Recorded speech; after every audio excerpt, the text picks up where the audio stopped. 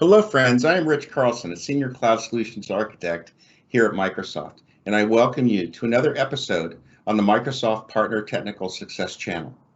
At Microsoft, we value our coveted partners and the innovative services and solutions that they bring to market. In this episode, Mike Richter and LaNika Dillon will discuss Java application modernization capabilities on the Microsoft Azure platform. This includes Java Standard, Java Spring, and Java Spring Boot. Microsoft embraces Java in many flavors and the opportunities that present themselves to you, the Microsoft valued partner. So on that note, take it away, LaNika and Mike. Thanks, Rich. Hello, I'm LaNika, a cloud solution architect on the US One Commercial Partner team. I assist partners in building Azure solutions through technical enablement and upskilling. I am joined by my colleague, Mike, who will provide some insights on how to modernize your customers' Java apps on Azure. Hi, Mike. Hey, LaNika. Hey, everyone. I'm Mike. I'm a cloud solution architect on the US partner team. I work with partners, helping them build solutions in Azure, and I specifically focus on partners modernizing their solutions in Azure. Well, thank you for the introduction. Let's get started. So why should customers modernize? So why should customers want to modernize their applications at all? And what does that even mean to modernize a solution? It can mean a lot of things. You can completely rewrite your customers' applications and break them down into microservices, and then those microservices can talk to cloud native services. But that's a lot of work, and it might be necessary for some apps, or maybe all apps eventually. But there are a lot of benefits you can get just by moving a customer's existing apps to a platform as a service, and we consider that modernizing as well. What are some of those benefits? When you modernize an app on Azure, I would say first and primarily you get a lower total cost of ownership. I think we all know the pitch now for PaaS. You don't have to manage the underlying hardware, the networking, the operating systems. Just focus on managing your application. So you get all the flexibility and agility that you need. You get auto scaling to meet the demand, right sizing so you're not paying for resources that are not being utilized. Another benefit, I think especially relevant today with everyone working from home, is the fact that when you move to PaaS, it could be easier to make your app available from all over the world as opposed to only available in the office. When it comes to securing the app, you can replace, being on the network to leveraging a person's identity as a security boundary, and then enforce that with multi-factor authentication. And speaking of security, we've seen the news lately about how unpatched operating systems and software are particularly vulnerable, especially when customers are running operating systems that are not even supported anymore. And a lot of that worry and risk goes away when you choose a PaaS platform. You still need to keep the app secure, but you need to do that anyway, whether it's been modernized or not. And well, the last benefit I'll say is that by hosting on a PaaS, especially on Azure, you get great integration from the build tool chains to deploy to these PaaS services. These services are really optimized for DevOps, and why is that important? Well, there's an expectation now that all apps, whether they're internal line of business apps or external customer-facing apps, there's an expectation that these apps will all perform well, that they'll be updated often, right? Our lives revolve around software, right? They've been revolving around software for decades now. My kids have never known a time when they weren't interacting with software on a daily basis. So there's really no more tolerance for slow, broken, stagnant applications. And where do you and your customers really want to spend your time? Configuring VMs or managing and enhancing great applications? Well, that's an easy one. So why would I tell my customers to modernize their Java applications on Microsoft's Azure platform? Yeah, right. I know that feels weird to say, and if you said that to me 5 years ago, I'd probably also be a little bit doubtful. But the Microsoft of today is all about open source and meeting developers where they are and giving them a great experience regardless of programming language or framework that they want to use. Microsoft bought GitHub 3 years ago, and sometimes it's easy to forget that we own GitHub because GitHub still looks like GitHub, right? We haven't renamed it to Microsoft Open Source Foundation Server 2019. When it comes to Java, we're actually doing some really innovative things. I was talking to the CTO of a partner a few months ago, and he said it pretty clearly. He said Azure finally has a good and complete story for Java applications. And I'll mention that we've been building our Java muscle here for years. LinkedIn has thousands of Java microservices in production. They also have over 60 Java open source projects on GitHub. Many Azure services run on Java. Yammer, one of our products, runs on Java, as does Minecraft. Also, we have a great partnership with Java-focused vendors like IBM, Red Hat, Oracle, VMware. And the last thing I'll say is that customers should be comforted by the fact that there are thousands of other customers, enterprises, all running Java in production today on Azure. Companies like Adobe, Starbucks, Volkswagen, just to name a few. Okay. So do we have a pipeline of customers who want to run Java apps on Azure? Oh yeah, absolutely. We have many, many opportunities, and that's why we need partners to help us scale to meet those opportunities. So that's why it's important that if you are a Microsoft partner, you have Azure skills, you have Java skills, you gotta let us know about it, so that we can let the Microsoft field know about it. If you're a Microsoft partner, build an offering or update an existing Modernize offering to let us know. You can reach out to your PDM, to your PTS. You can reach out to me if you need any help, or have any questions. Perfect. So what are the options for modernizing a Java app on Azure? Right. So it depends on what kind of Java app it is. Here, let me show this slide that might help explain this a little bit better. Can you see that?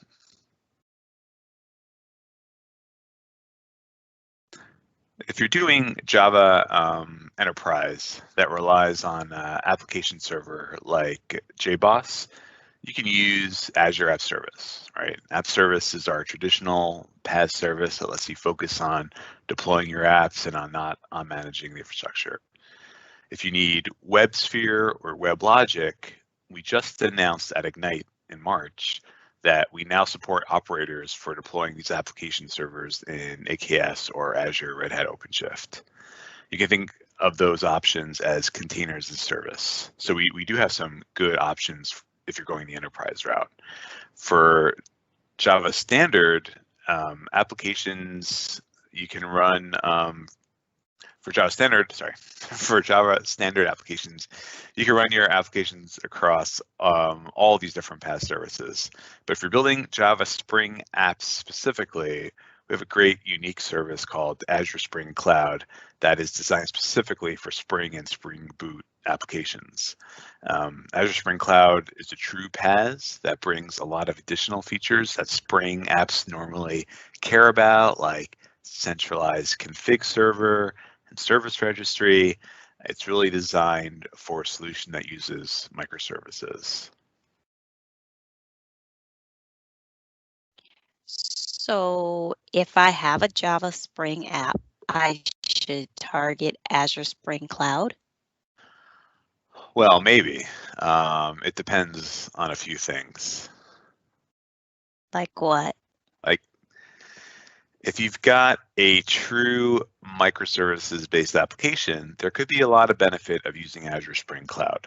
But if you just have a single app or two, Azure App Service might be a better fit. Why is that?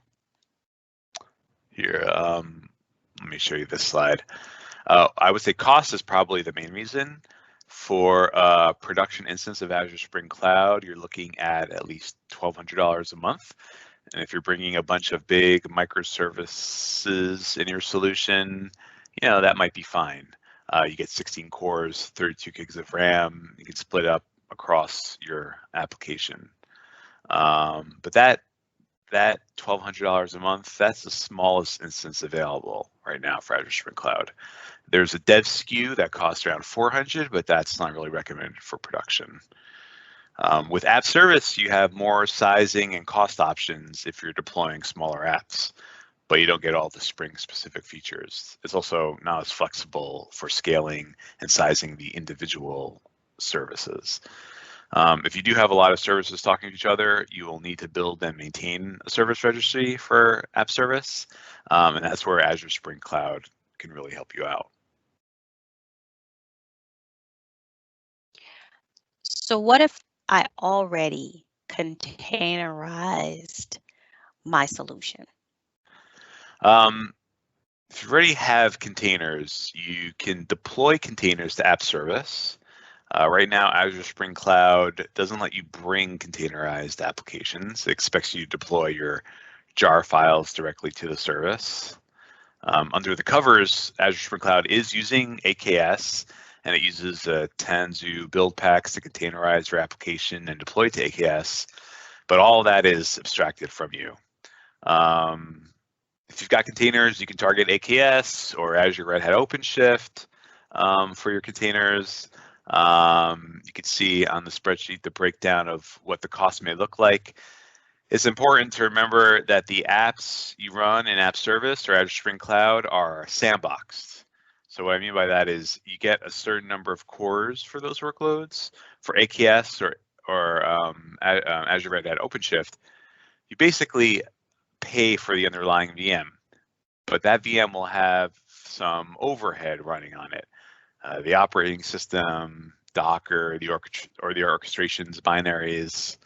So while AKS gives you the master nodes for free, another thing to think about is with Azure at OpenShift, you have to pay for at least 3 master nodes, and you'll need at least 3 worker nodes.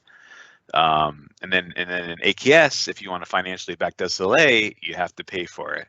So none of this is exactly apples to apples, and don't use the numbers that I put here as any actual estimates. I just grabbed them from the calculator to get an idea of what the comparable costs are. I also think that a containerized solution doesn't necessarily eliminate the complexity of managing infrastructure. You still have to, when you're in the AKS world, there's networking, there's containers, there's pods, there's another security layer. You have to think about all these things when you go the container route that you don't really have to think about in a PaaS route.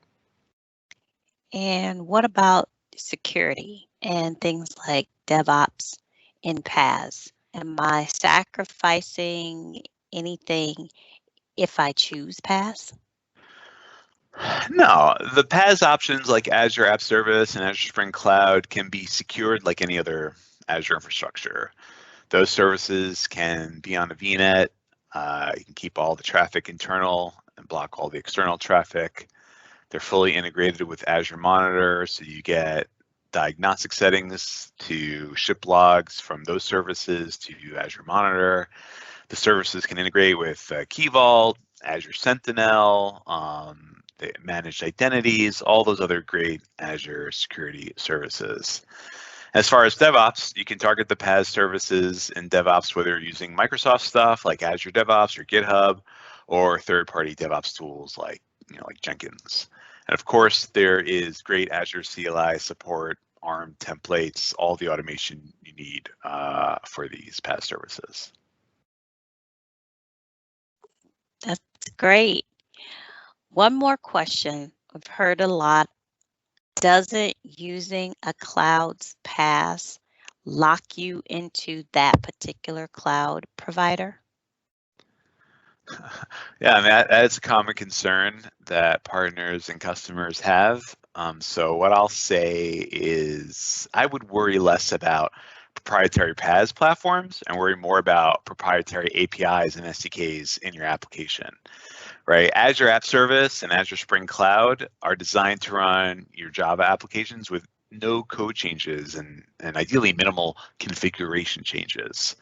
I think that, the truth is whether you're going to target IaaS or PaaS, you're going to build some tooling around that cloud that won't exactly translate to other clouds. Even tools like Terraform aren't 100% cloud agnostic. I know partners that are worried about being locked in and choose to containerize applications because that seems more portable, but I think it only gives you slightly more independence. Each cloud, it's going to have their own proprietary architecture elements around your containers, like how do you secure the Kubernetes cluster, how do you scale the cluster, how do you do role-based access control inside the cluster, the different VM SKUs that the cluster is built from, how you work with disks and storage. So I think your scripts and automation will necessarily, in some ways, be tied to the cloud provider, but your application code can and should remain as agnostic as possible. So I hope that, that's my perspective. Yeah. So where can partners learn more? Well, there are a ton of resources about modernizing Java applications on Azure. We'll put them in the description of the video so it's easy for everyone to find. Awesome. Thank you so much for sharing those insights into modernizing Java apps on Azure. Thanks, everyone. Thanks. Thank you, LaNika and Mike, very much for the insightful introduction into the Azure PaaS capabilities for Java application modernization on the Microsoft Azure platform. I thank all the Microsoft partners out there for viewing this informative episode and look forward to more informative technical episodes to come on the Microsoft Partner Technical Success Channel. Thank you.